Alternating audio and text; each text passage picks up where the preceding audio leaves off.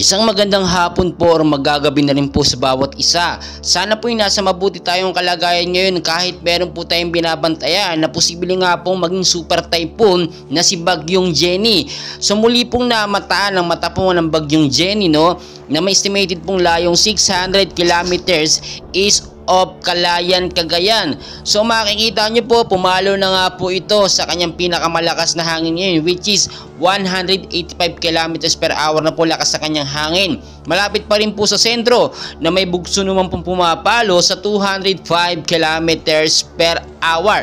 Pa northwestward po ang kilos niya sa bilis nga po na 15 kilometers per hour. So makikita nyo naman po sa ating pinaka-live radar, no, sa paglipas po ng ilang mga oras ay mas lalo pa nga po lumalakas ang hangin niya. Kanina nasa 145 to 165 kilometers per hour lamang siya. Biglang palo naman po ngayon sa 185 kilometers per hour at posible pa pong lumakas sa paglipas lamang ng ilang mga oras. So hindi po natin inaalis yung mga posibilidad na ito nga pong si Bagyong Jenny ay maging isang ganap nga po na super typhoon sa paglipas lamang, no, within 24 hours. So makikita nyo mabuti, pinaka-live radar natin 185 kilometers per hour ang kanyang lakas ng hangin at makikita nyo yung direksyon ay palakas pa yan ng palakas. Pa northwestward po ang kilos niyan sa bilis nga po na 15 kilometers per hour, and estimated po mas pwede pang lumakas yan sa paglipas ng ilang mga oras. So ngayon pa lamang po yung ibang lugar sa bandang Luzon, Metro Manila,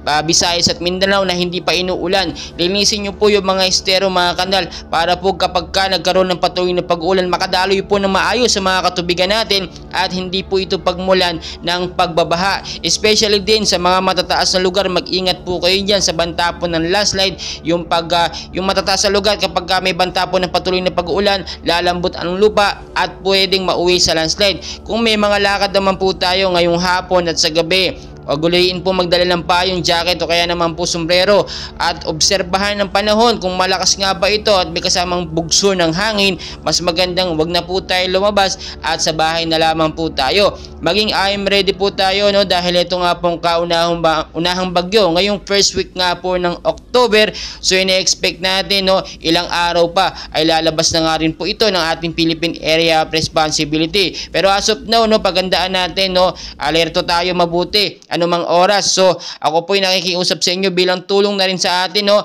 paki-like, subscribe, hit na rin po ng notification bell, paki-share po sa ating mga laban, sa ating family, para alam po nila ang update at kalagayan ng ating weather condition, pati ng ating binabantayan na Typhoon Jenny na posibleng nga pong mas lumakas pa at maging super Typhoon Jenny. Patuloy ko kayo update, and please huwag kalimutan mag-like and subscribe. Maraming salamat po sa inyong lahat.